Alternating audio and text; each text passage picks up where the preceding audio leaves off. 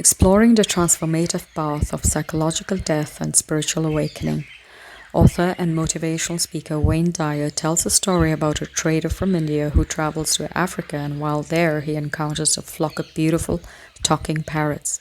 He's captivated by them and so decides to catch one to take home with him. Back in India, he kept his parrot in a cage, tending to its needs by providing nourishing meals, offering delightful seeds and honey, and even playing music for his beloved pet. When it was time to return to Africa, he asked his pet if there was any message he would like to deliver back to his friends in the jungle. The parrot told his master to convey to his friends that he was very happy in his cage and that he was enjoying each day. Upon the trader's arrival in Africa, he conveyed the message to the parrots. As he concluded, one parrot, tears welling up in its eyes, fell over dead. Alarmed, the man surmised that this parrot must have been very close to his pet back home. Upon returning to India, the trader shares the unfortunate news with his pet. As he concludes the story, the pet parrot with teary eyes collapses inside the cage.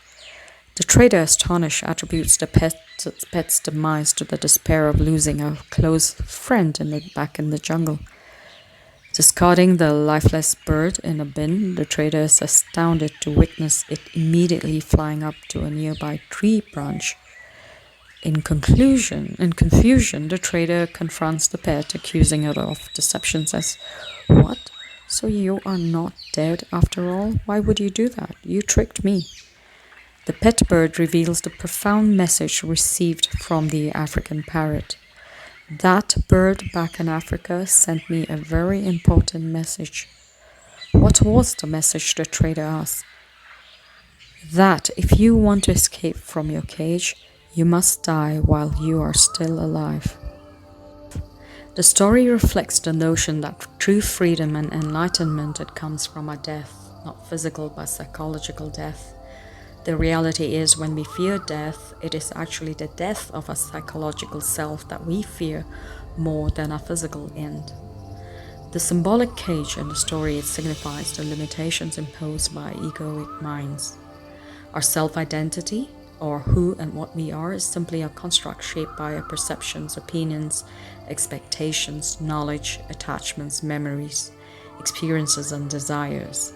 It is not surprising that a spiritual awakening is an intensely painful process, given that it involves experiencing a psychological death or a dying while alive. So it is a process of ego dissolution or disidentification from the mind. All our expectations, attachments, and urges, along with everything we have long recognized and associated with our identity, and all that we have considered to be true and real, undergoes a cessation. Not only does our familiar sense of self disappear, but we are jolted out rudely and violently out of our known world. Our outer world, it begins to fall apart and collapse. Zen teacher Shanti had said on spiritual awakening, "Once we lose our sense of self, it is as if we've lost the whole world as we knew it." In Eckhart Tolle, he conveys that our identified sense of self is a false sense of self. It is a mental projection and imaginary construct of the mind. By bringing this false sense of self, the unconscious self, into awareness, simply by observing it, we detach ourselves from it.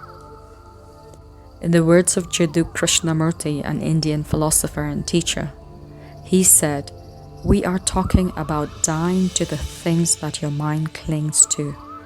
Such a psychological death, it signifies the end of everything that we are attached to: our body, our mind, work, people, ambitions, ideas, endeavors, creations, unfulfilled pursuits, images, memories, and unfinished tasks. In a somewhat morbid way, we find ourselves clinging to our suffering and everyday struggles. Day after day, we invest countless strenuous hours in our workplaces, securing our livelihood, commuting, attending to our well-being, desiring to belong, and seeking approval. The list of things to which the mind clings to on a daily basis is dangerously long. Further, a deep-seated and subconscious compulsion resides within many of us when we want to assert our correctness. We insist upon the idea of what is right and wrong. Others may attempt to seek validation of their worth by showcasing their knowledge and what all they know. So our mind releases its grip on all these things during an ego death. All kinds of seeking, becoming, and trying to be someone or something ceases. Clearly, such a death, it brings an end to our suffering and fears, dismantling the defense mechanisms we built over the years to protect us from failures, embarrassments, fears, and anxieties.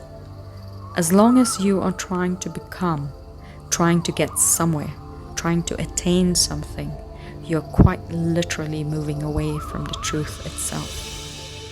Adyashanti, he advises that the next time when the fear of death comes up, say yes, for there is a certain freshness and aliveness that comes when we die while alive. When we die to everything that our mind clings to, we feel fresh and always young. Our lives are filled with vigor and passion. We achieve clarity, we connect with our authentic self, our souls, so to speak. We awaken to the truth, the reality of a true identity. When we die while alive, we derive a sense of self from a deeper and truer place within us. We experience freedom, we become free, and we burst forth and fly. Thank you for tuning in to The Awakened Mind. We encourage you to stay connected as we go deeper into the nuances of our awakening journey as individuals and as a collective. This is your host, Radhika Mia.